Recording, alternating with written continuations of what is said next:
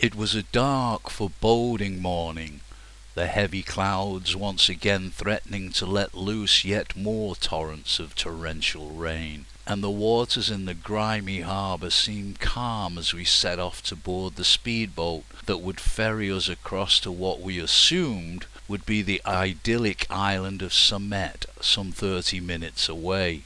Children laughed and played as the adults donned their life jackets and they took their seats. All seemed calm, and the mood was light, but the pilot and crew welcomed us aboard with smiles that somehow seemed rehearsed and uncomfortable, as if, maybe, something wasn't quite right. As the craft slowly coasted away from the harbour, all seemed well, and the gentle swaying of the boat lulled us into a false sense of security. But as we left the harbour, the boat picked up speed. The gentle sway quickly became an uneasy rocking, and within moments we were being thrown around like sacks of potatoes on the back of an open truck. And our uneasiness rapidly escalated to silent trepidation from the adults and screams from the children, until an alarm bell started to ring out and they fell silent too. As one of the crew rushed to join the pilot, the boat literally left the water, then crashed down with a resounding thud as if it had hit solid ground, and the whole thing began to feel like we were on an aeroplane experiencing heavy turbulence. And for the next 20 minutes this white-knuckled, gut-wrenching ride continued until, for fear of worse to come, the pilot was diverted to the nearest port. What I've explained may seem a little extreme, but believe me, it really felt that bad. And if I'd been holding my handphone instead of using a Steadicam, you'd have been seeing a much better example of how bad it really was. Even the crew seemed a little shaken, so we were all happy to see what I would call a female Thai Poseidon rising from the water and offering us safe passage. But we weren't finished yet. Before we landed, the pilot must have decided or been told that it was safe to continue to our island retreat by boat. However, we weren't feeling quite so enthused about another possible roller coaster ride in a liquidizer, but 10 minutes later we arrived at our destination over calm turquoise waters and with all our body parts in the right place. And as much as I like a nice sail on the open sea, that had not been one of them.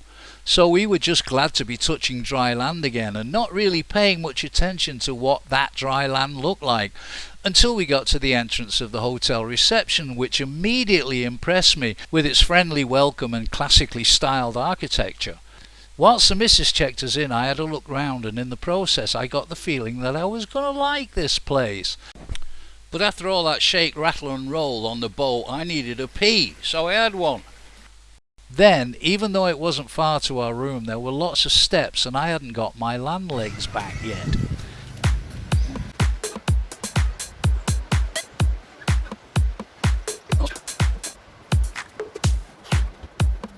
But the walk was worth it when I saw the room. The decor reflected the elegant days of yesteryear, with a beautiful four-poster bed that actually had a functioning mosquito net. And the antique-looking floor fan gave the room a genuine feeling of days gone by.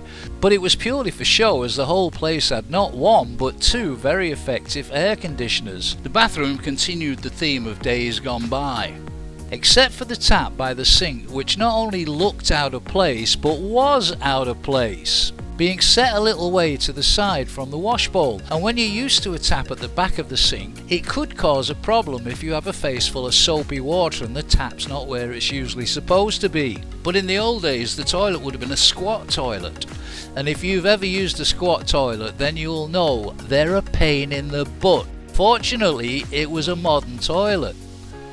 I loved the ceiling above the bed, and the balcony afforded a great view, though the big unkempt yellow bath seemed completely out of place and obviously hadn't been used in some time. And unlike the rest of the place, which was immaculately well kept, the bath obviously hadn't been afforded the care and attention the rest of the place had. Happy with our accommodation, our thoughts turned to getting a feel for our surroundings and sustenance. It was lunchtime and we were hungry. Now, unlike me, the missus does her research. I like the element of surprise. Plus, I trust her opinion. So she'd chosen a restaurant called Buzz Coco, which somehow reminded me of a cafe on Brighton Beach. I don't know why. Maybe you can tell me in the comments. But we chose not to go straight away, and instead we carried on checking out our location whilst we headed for Breeze Restaurant, where we'd be having dinner that evening and watching a fire show.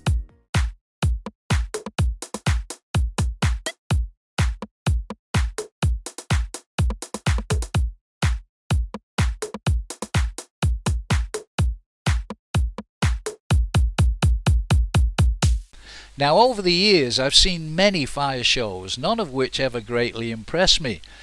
But we were in for something extra special, and you don't want to miss it. I was so impressed that I'll be posting pretty much the whole show very soon. But for the purposes of this video, I'll just show you the edited highlights. We strolled along the beach back to Buzz Coco for lunch, and hearing Latin music as we approached, that in itself put us in holiday mode. And along with the unpretentious setting and scenery, it really set the mood for cocktails and a light lunch. Keep watching, because there's a public warning coming up that you should know about. And I'll be telling you how much it costs for a one-night stay with breakfast at the hotel. Spaghetti, clam, bacon, Aperol spritzer, and mine is rum, mango, butter syrup and coconut. And that's mine with garlic toast and clams. Looking forward to that. And if you're wondering why the mosquito spray is in camera, be warned, this place and last one in Rayong full of bloody sandflies, and you get bit by one of them. The itch lasts for up to 2 weeks, and I've got 9 now. The clams are really good. Quite salty, don't need to put salt, and the sauce is lovely as well. Taste of the sea and the oil in it as well. Delicious. And if you're wondering why I'm holding this mosquito spray, oh, the sandflies, they come and get you when you're not looking. And the wife's got the clams with the spaghetti, and it's got bacon, big chunks of bacon in it. Big chunks of bacon, look. And I thought that was unusual, but I've tried the clam with the bacon and it really goes really well. And if you're wondering why I'm holding this mosquito spray, the hotel here is going to cost you 11,000 baht a night, and the meal that we've just had with 2 drinks each came to 2,000 baht, and we both decided that this was the favourite meal that we've had since we came on holiday. Just simple but really delicious. Oh, and did I show you the mosquito spray? On the way back after lunch, we thought we'd have a look at the hotel pool, which was small, pretty standard, rectangular with a little sala to the side. Great for the kids and family, but a dip in the sea was much more to my liking, so that's where I headed. The water was cool, clear and refreshing, with a couple of things that surprised me. I'll tell you about that in a bit. Later we sat on the balcony enjoying the view and sipping on sake. Holiday tip: always bring a bottle of your favourite tipple to sip at your leisure in your room, so there's no need to nip out for a drink, and it's cost effective. But I guess you knew that. Our evening began with dinner at Breeze Restaurant, sitting by a beautiful old crooked tree growing out of the floorboards, which we'd chosen for its shade and the misguided belief that the fire show would be held on the beach.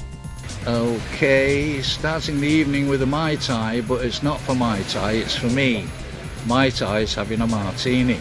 As we enjoyed our drinks, the waitress told us that the sunsets were amazing, so we took our drinks and sat by the beach to watch the sun go down. And had we not seen the incredible sunset the night before in Rayong, we might have agreed with her.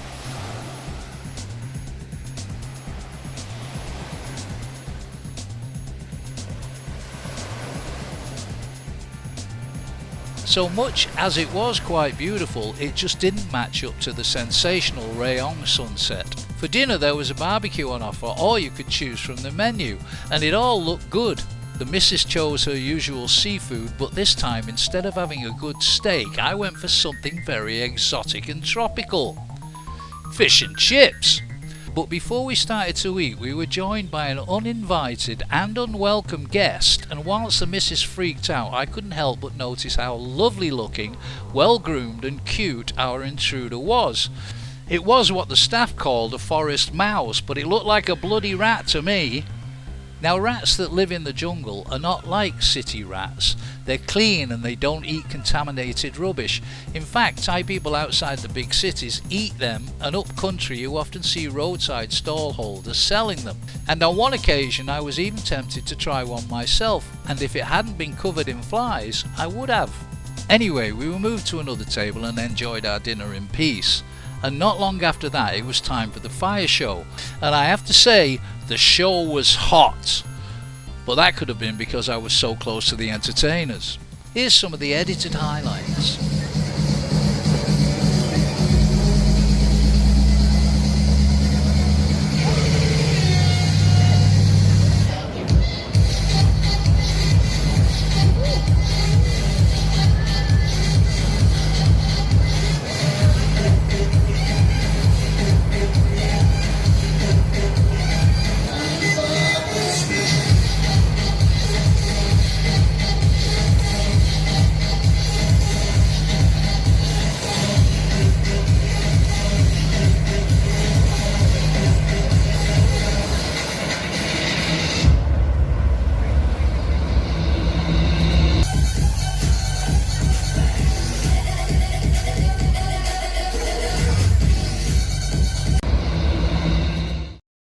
As we walked home after a really enjoyable dinner and fantastic entertainment from the fire show, and not forgetting the forest rat, I wasn't done with wild creatures popping up unannounced when I felt something crawling on the back of my neck.